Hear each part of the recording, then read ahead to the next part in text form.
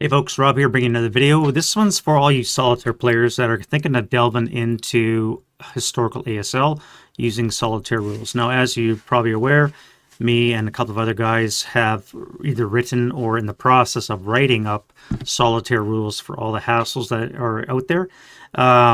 There's already a couple that are out there, including Red Barricades, soon to be Red Factories, if I remember. Jorgen's doing those right now. Ballad of the Guards, and Bloody Reef Tarwa. Those two or three, excuse me, already out there. I've submitted myself Festung Budapest and Camp Groove Piper to MMP. Hopefully those come out sometime this year.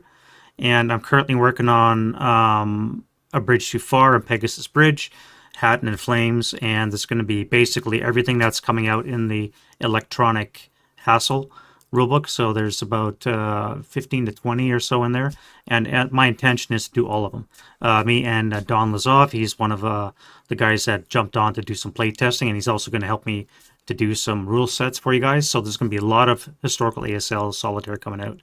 And you also might be aware that I put out a primer to help you guys that may be a bit leery about jumping on to solitaire historical ASL, because it could get kind of confusing. And the reason I'm doing this video is to help you overcome that. It could get a bit confusing. You're looking at 4 different sources. The rules do bounce around a bit, and I'm hoping to take some of that fog away with this video. So let's get right into it. So on the left here, what you're looking at is the primer. I'm going to make this available as a Google Drive download in the description of the video.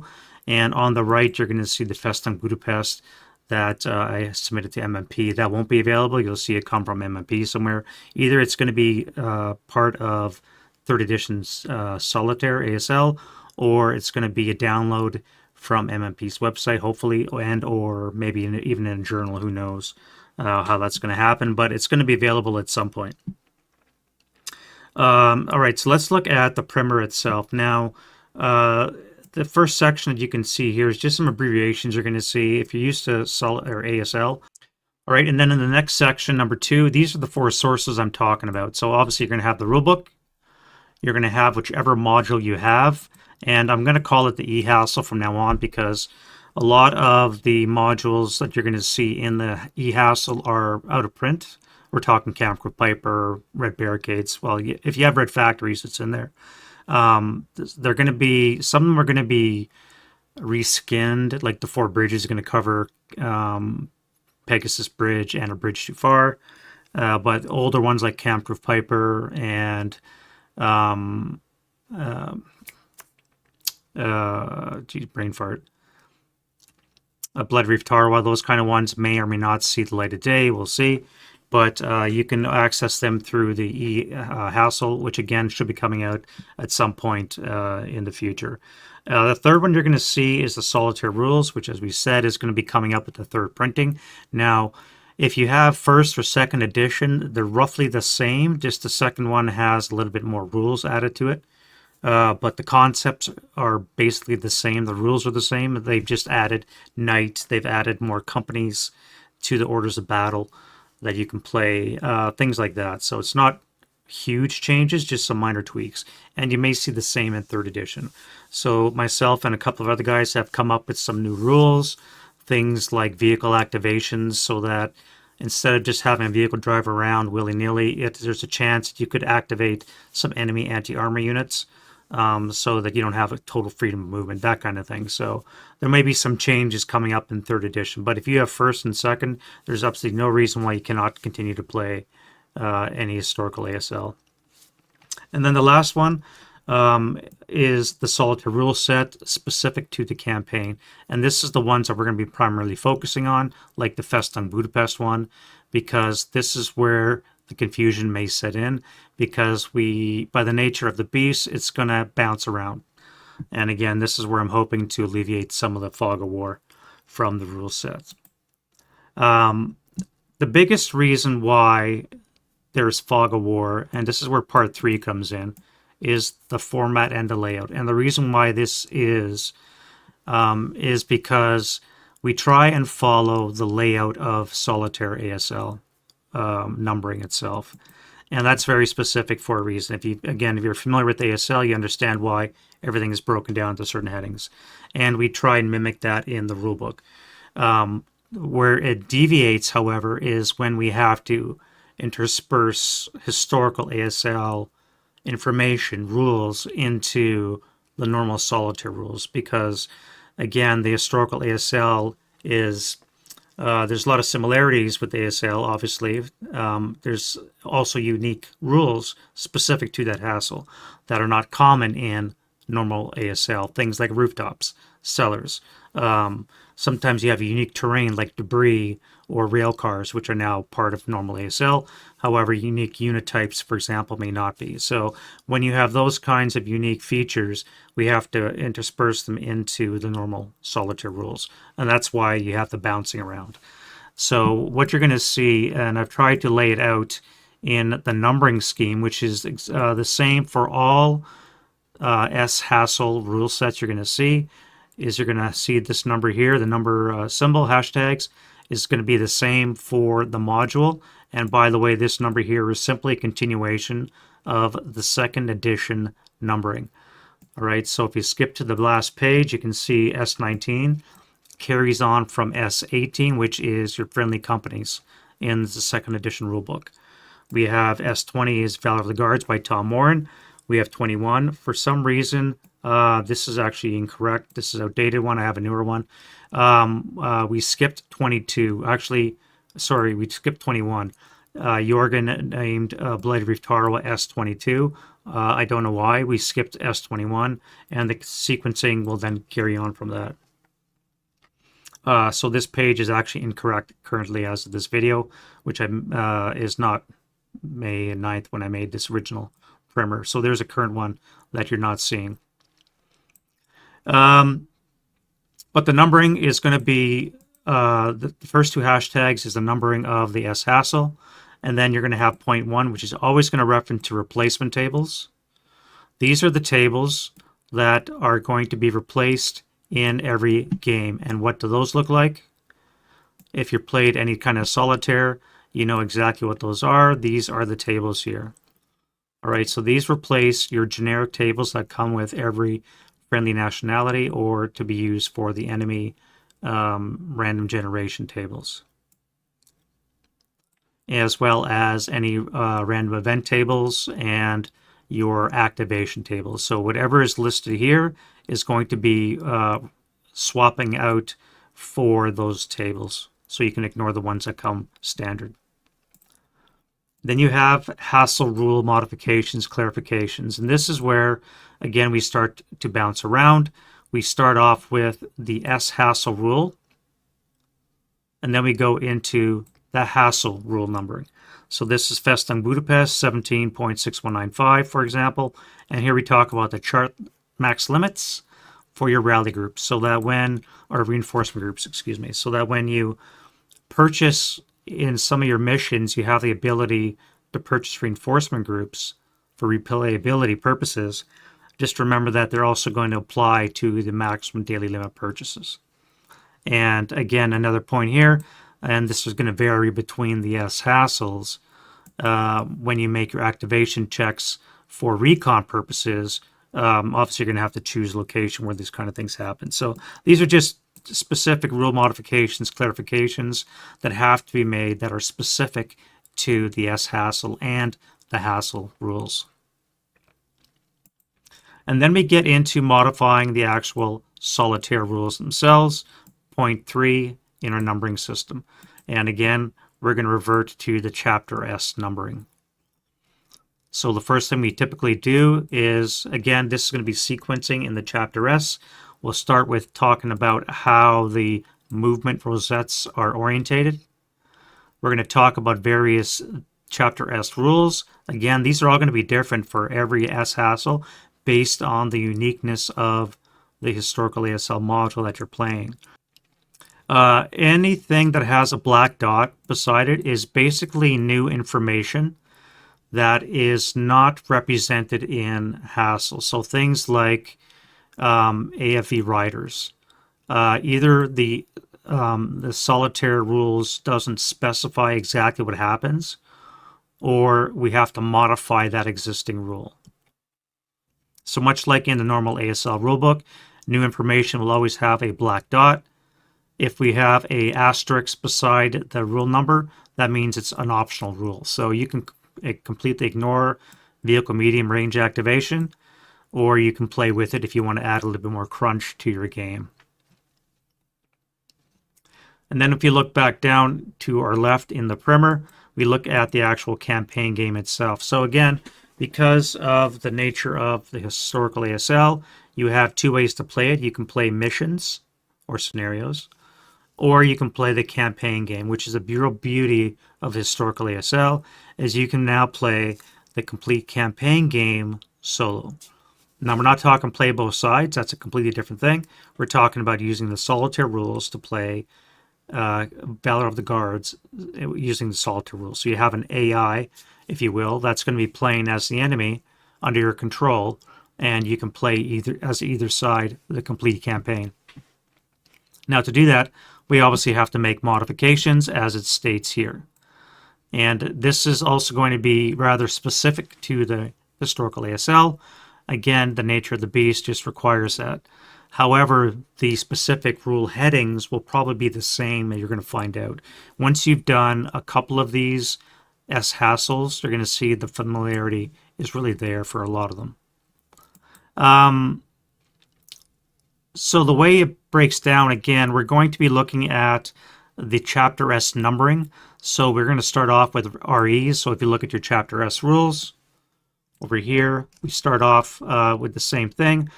Random events, then we go to attitude, and then we go into suspect placement. You can see 401's placement, except we now have to expand on how do we put down suspects when you're talking a campaign, because we're not using geoboards, which is what the solitaire rules are written for, or rather we're using the HASL board. So in this case, Test on Budapest, we're using a portion of one of the maps. We have to write specific rules to let you place the counters. And then we have to also accommodate subsequent scenarios so you can play the complete game, which requires a little bit of hair pulling sometimes. You can just imagine how that's going to be. So what we do is, and this is going to be familiar with all the sHASLs, you have this segment here that's called S placement, suspect placement. And you got to be very careful here, but you basically play per the same cases as normal solitaire. 4.1a is your basement placement, if you will, buildings and rubble. However, we expand that to include unique terrain that's particular to that HASL. So if you're playing Camp Piper, where you have less rooftops and cellars, you'll have more orchards, you'll have more fortifications, you'll have more wooded areas, for example. We'll add that kind of terrain. Whereas when you're in a dense city like Stalingrad, you'll have more debris, factories, rooftops, that kind of thing. So you got to be paying particular attention to how you set up, whether or not your map board is a built-up area or not. Camp Piper is primarily wooded, hilly terrain. It's not really a built-up area, so therefore you don't get to use that certain table to set up your unit. So we're going to get to that as part of the primer when we get into setting up for the actual campaign. So when it comes to the chit draw to determine the actual status of the enemy, are they attacking, are they idle, you're going to have to do a little bit of balancing. So this is the part that is going to be very confusing, because what we're looking at right now, placement, this is not for the initial scenario. It says that right in the first sentence. All right, so the suspect placement in the initial scenario for each campaign game is specified in the campaign game setup instructions. This is written at the beginning to tell you to look at the end. All right, so don't get confused necessarily. You just have to go down to the actual campaign game where you look at the actual campaign and find the one that you're playing to look at the setup. All right, so again, because of the bouncing around nature of the rules, because of the numbering system that we're looking at, it could get kind of confusing, and therefore you may get turned off or you may set up incorrectly. So again, apologies if this seems kind of confusing, but I'm hoping to alleviate some of this fog by doing this video. So back to the campaign game, we're looking at S1 or 4.1 suspect placement. Just remember, for the initial scenario of every campaign, you're going to have to bounce down to the end to where the actual initial campaign game setup rules are. What we're looking at here is for subsequent scenario setups. So it gives you instructions on how to set those up. If you choose an idle chit, again, those tables are at the bottom for scenario commencement. It tells you what to do for an attacking enemy, as well as any kind of heavy weapon activation, so that your enemy that's attacking has resources it needs to do that attack. And it gives you a subtable, which again is typically customized to the scenario. If you're in an urban environment, you're going to have upper level fortifications with heavy weapons. If you're a Kampfgruppe Piper, you're going to have guns in trenches, that kind of thing. And as well, you're also going to have information on enemy reinforcements. Now, one thing you should be aware of with Solitaire, because of the nature of the game, you're going to have a lot of dummies, suspects that turn out to be dummies, not activated. And as a result, depending on RNG, you could have a less robust enemy, which means that you could have a walkthrough, or you could have this immense obstacle you can't even penetrate, and you end up running away because there's so much opposition, and anywhere in between. So what we do is we usually have reinforcements coming on board, because usually it's the former. Usually there's not enough defense for you to face serious opposition, and it's almost a cakewalk for you to walk in, because when you're on the attack, normally you can activate just enough enemy for you to deal with, and whatever you don't want to activate, you have pretty good control over biting off just enough for you to chew on, if you're smart. You don't want to activate the whole front line. You want to activate enough for you to destroy in detail, and then you can move on to the next chunk and the next chunk. And that way you minimize what you're attacking, so you can focus your effort. Now, that's a lot different, obviously, than a normal human player opponent who will then attack you in those kind of places. So one thing that we do, as an aside, we try and implement certain rules that at a certain point, the enemy may go on a counteroffensive. So that's something you got to be aware of, that we've deliberately written that into the rules, that at a certain point in the game, you're going to make a die roll, and you may see the enemy turn into an advanced attitude. So just as a heads up. But to go back to this, we have enemy reinforcements showing up. And then again, we're just going to go through the chapter S and very specific stuff. Again, we also look at add new information. Here we have MMC activation. This is, again, unique to the scenario. Festung Budapest, because of the nature of the game, the Axis were under ammunition shortage, and very severe ammunition shortage too, by the way, in this one. Normally it's applicable in many scenarios or hassles. The bridge too far, the British suffered. In Kampfgruppe Piper, the Germans suffered, especially gas. And in Pegasus Bridge is the same thing. Most of those historical modules, one side or the other, suffered some kind of imbalance just because of the nature of the war, the campaign, the siege. It's just too much on the resources. ELR starts to fall, and as a result, you're not having your best fighting troops. It's just the wear and tear. And this is what this kind of thing rule represents. Again, normally in Solitaire ASL, you don't have this. The game is just too short for this to come into play, so that's why we have to have a new rule. And we go forward. And then we come to 17.0, which is when we talk about the Solitaire campaign. And the important thing here that says Solitaire campaign rules are NA. So again, you could have your company that you've walked through 1940 all the way to 42. They end up in Stalingrad. and that's all great. But once you enter Stalingrad and this campaign, those rules now end, and we have to take over with the sHASL rules.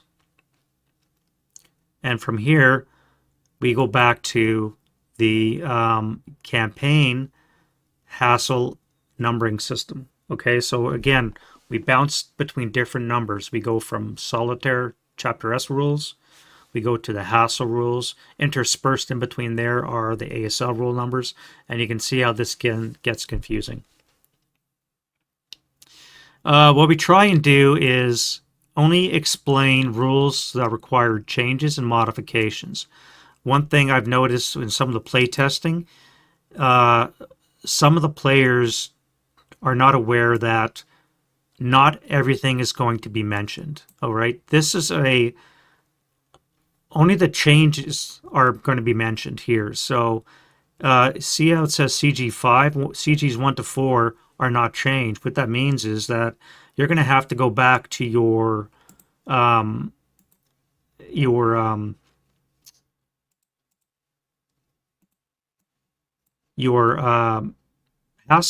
and you're going to have to look at your campaign notes for CGs 1 to 4 and remember those, look at those rules. All right, CG 1 to 4, only being aware that the CG5 has changed.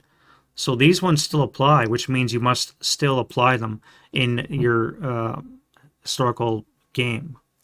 We're only changing number 5. Similarly, 6 and 7 still apply, so you must look at 6 and 7 as applicable, and we're only changing how number 8 changes. Okay, so again, 4 sources, and you constantly have to reference all 4 of them. We're only going to mention things that change in this sHASL. And then we come to the actual campaigns themselves.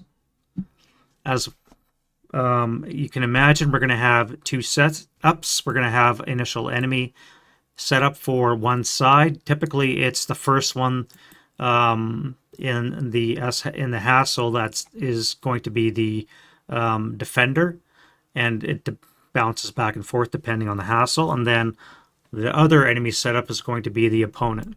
So in this case, in Festung Budapest, the Russians are attacking, German defending. The Germans are up first, and then we do the Russians second. And then we add the SSRs. Again, we start off with I.3 because we're not changing 1 and 2. We're only changing number 3, number 4, 5, 6, 7, 8 are not changed. We're only changing 9. All right, so again, you must look at the original historical ASL to find out what is between I4 and I9. And the same is repeated for all of the other campaigns. And of course, when we get to the refit phase, the same thing applies. We're only going to comment on the things that change. You must constantly refer to the original HASL for the things that do not change. Right, so this is designed to complement the historical ASL module, not to replace it. You cannot play this without that historical module. And I should also add, you probably cannot play this without the SSRs that sometimes are included on the back of one of the scenarios. For example, the Festung Budapest Kampfgruppe Piper on one of the scenario cards has all of the SSRs that are not campaign SSRs, are scenario SSRs, which means you're going to have 2 sets and you need to have both as references. So even when you get the electronic HASL, you're not necessarily going to have those scenarios special rules. Just again, FYI, you're going to have to reference all those things to play this game properly. So hopefully you do. And if you do, then you're going to be off to a great start. Refit phase, generally speaking, is going to be the same for most of the sHASLs because these numbering, ignore the 17 in this case. This number here, 17, is going to be different depending on the module, but this number behind it is typically very close to the same for every HASL. if you look at it, it's very similar. 608 is usually going to be prisoners. 6172 is usually going to be ELR loss gain, and 619 is RGs, usually. It's very close, very similar. 620 is usually your serial commencement, that kind of thing. Sometimes you have new things thrown in, like rubble generation for Festung Budapest, and for Hatton and Flames, you'll have things like rubble generation. But typically around the 620, 625, you're going to look at scenario commencement. All right, so those numberings are always going to be roughly the same, and you're going to see the same thing in the sHASL rule set. And then that brings us to scenario commencement. You're going to have to reference these all the time. So even in an initial scenario, you're going to have to look at the bottom of the rules. You're going to have to find all these numbers to determine your parameters for your mission. And this is the same in a Solitaire ASL mission. None of this changes. This should all look familiar. These modifiers are unique to the game, depending on, again, the historical ASL. The module, or excuse me, the DRMs are typically modified based on the whatever's in the module. Your enemy SAN. Friendly SAN may or may not be defined in the at start information. So if we look at our Festung Budapest again, let's look at the first scenario. So this one right here, the Pearl of the Danube, and we look at our initial OB for the axis. We have SAN of 4. We have our ELR determined for us. It is actually on a different page. We'll look at that in a second. And for the Russians, they have a SAN of 3. So we already know our SAN, so we don't need to roll on this for the enemy. This would be used for subsequent determination. When it comes to Festung Budapest, it's a bit unique because of the different classes of units that are in Festung Budapest, and with different shortages of ammunition and whatnot. You have this table which has a whack load of different ELRs depending on class of unit and nationality of unit. So that's why you refer to this, and it's not typical of most ASL HASLs. All right, so enemy SAN for a starting campaign game is predetermined in that OB. You have to roll for your random events, friendly and enemy, if you purchase this in a campaign. Booby traps if it's applicable, and of course your activation check number. And then of course you have the rest of these tables and charts, which are exactly familiar to you if you've played normal standard Solitaire ASL.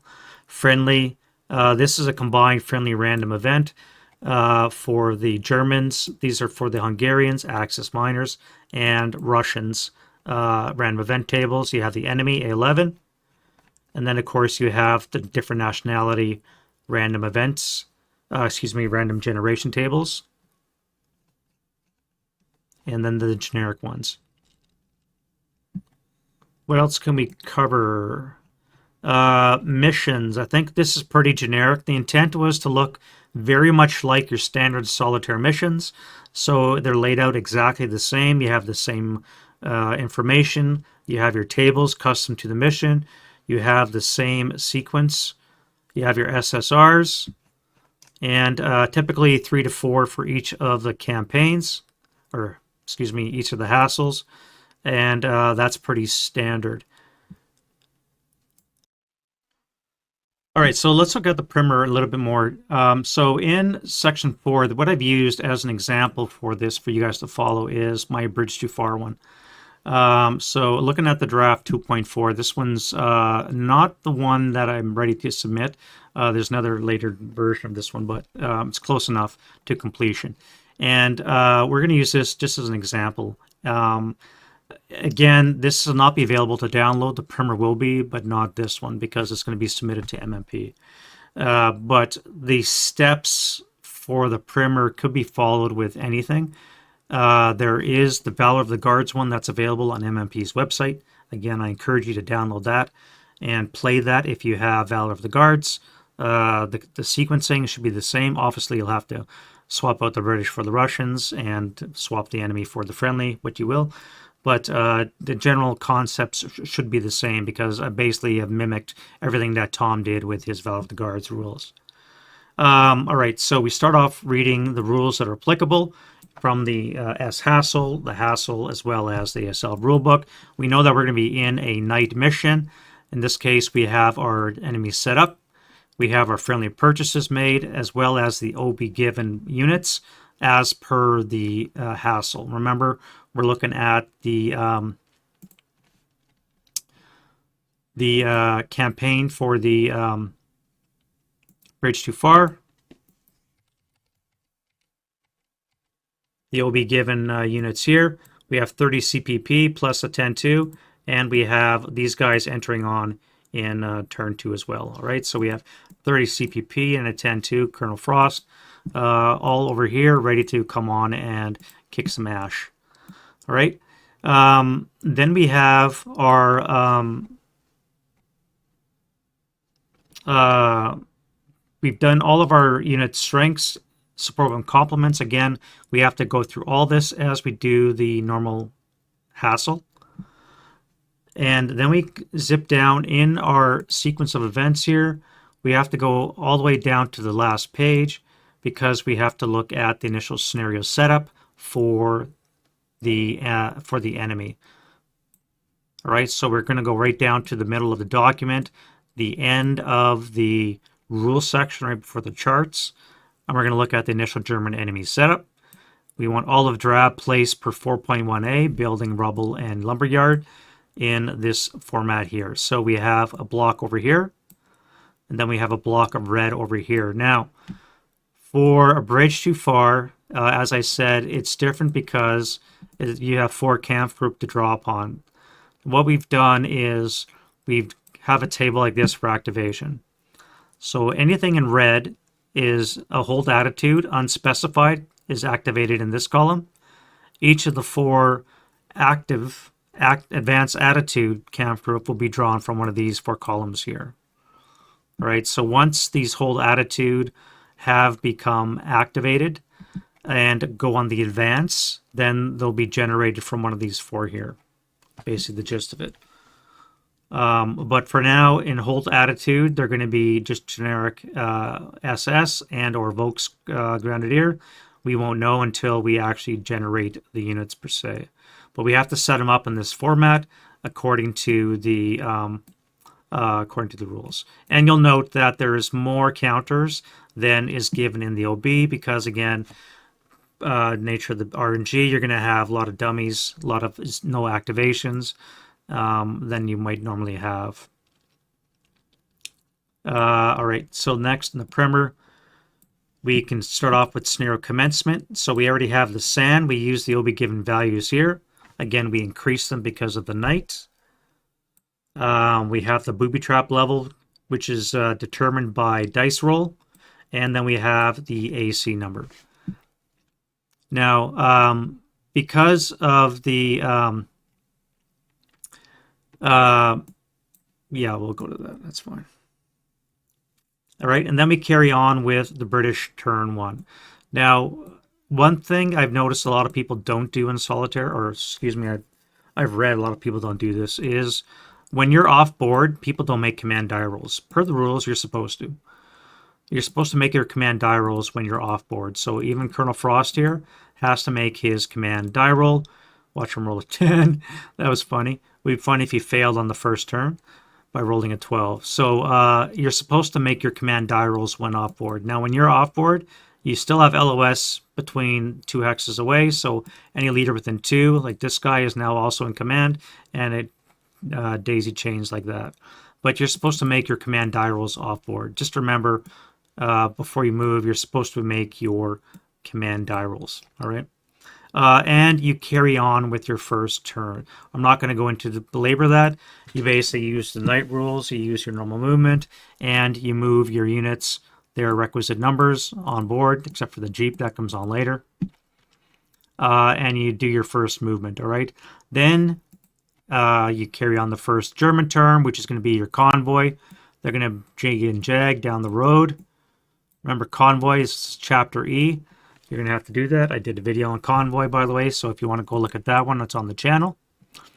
And then once this turn is complete, you're going to have to do turn 2. So now your gun comes on board. And what you want to basically do for this one, by the way, is you want to set up a nice hasty ambush somewhere down here, away from the red. But you want to set up in such a fashion, probably have your gun down here somewhere, so that when this convoy makes it down here around turn 4 or 5, you can whack them without activating all these other guys here. Somewhere down here, you're hip, or I should say you're concealed in the buildings. You start taking out this convoy, then the balloon goes up, and then you can start taking H block like you're supposed to do. At any rate, that's just a side tangent. You basically, at this point, you're playing the game the way it's meant to be. You're using the night rules to your advantage, and you're trying to go into the game. So we're not going to go into all that. At some point, whenever the game is over, you're going to have to do the refit phase. All right. So for that, we have to go back into the rules.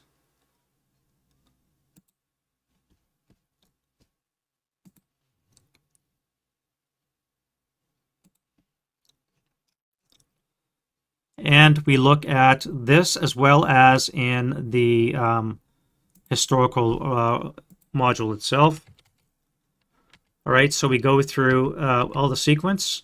And again, wherever is written in the sHASL supersedes what is written here. So we go through 601, 2, 3, 4. We go to setup area determination. Once we reach that step in the HASL, we go back to the sHASL. All right, 606. Wait, we could do 5.3. We do escape. Marking the map. We do shift. Oh, we realize that shift is NA. So we have to do all these other parts in between. When we get to shift, we skip it. And then so forth. All right, so just remember, you go through all the steps in the refit phase sequence. Whenever you see one in the sHASL, it takes priority or precedence over the one that's in the HASL. And you just rinse and repeat. All right, so once we get into the second or subsequent scenarios, we do our setups. Once more, we have to go back to 4.1 suspect placement, and we set up our units depending on whatever chit was rolled for, idle or attack. And then we set that up. And then we carry on with the next day. You do your wind chain roll, and you do the subsequent scenario, however that played out. Now, one thing that I'll finish up on is just as a general rule with Solitaire. I'm a big Solitaire player, as you probably know if you're watching this. Section 5 here is giving the bot a hand. Something I find is with Solitaire is the limitations. I've talked about this before. Is the AI really needs a hand sometimes. It is, I don't want to say it's dumb, but there's limitations to it because the numbers and the charts can only take it so far. It cannot handle every conceivable iteration of events. There are times when you're going to have to overrule what the dice says. If the dice tells you to put a suspect on a upper floor when there's a fortified building location on the ground floor and leaves it empty with a friendly unit adjacent to it on the ground floor, don't do that. Put your suspect in the fortified ground floor location. It makes perfect sense. You just overrule the dice, right? So if you do that, you may as well carry it on to other situations. You're gonna have to realize that the dice can be overruled. At the end of the day, it's a simulation, and you should try your best to make it as challenging as possible. But yeah, you're going to need to give the bot a hand, and especially in a HASL, because there's so much going on. And one of the rules that we've come up with, and not myself, one of my playtesters, Frank, came up with this one. We're calling it the sightseer rule. And it's going to be, well, we're hoping to get this put into the core rule, but it's going to be for us S3.331H, case H. And basically what it says is that whenever a friendly unit, or I should say an enemy suspect, sees one of its fellow enemy suspects attacked by a friendly unit, there's a chance that it may activate. So rather than just be sitting there doing nothing while you're slowly decimating their forces, there's a chance it may activate. We call it the sightseer rule because you could inadvertently activate the whole front line, which is something you may not want to do. So again, rather than just activating what you can handle, you may inadvertently activate the whole front line, which is more realistic because now you have a bigger threat and you could have just shook up the whole front line, which is much more realistic and of course gives you a bigger threat that you have to deal with. So that's a good rule that Frank has. Hopefully we can implement it. We also had a rule that we're talking about vehicle activation, where if the vehicle is moving in front of the line, the enemy has a chance of activating anti-vehicle assets, either light anti-tank weapon or a gun or a AFV, and has a chance of taking the vehicle out before you could have fairly move around with fairly impunity, because unless you're within 2 hexes crew exposed, the enemy was not going to activate. Now you have a chance of activating with anywhere from a 88 double long to a freaking Panzerfaust or something in between. So yeah, you want to give the bot a hand, and especially with a HASL, especially with fire commands. You may want to choose to hold certain things, but that's a tangent. I just want to say that, throw that in the end of the primer, because when you're playing a HASL with everything that's going on, again, you're going to have to give the bot a helping hand when it comes to decisions about suspect placement. What can you see? What can fire? How you move, especially how it moves. You're going to have to make some decisions that the rules just can't handle.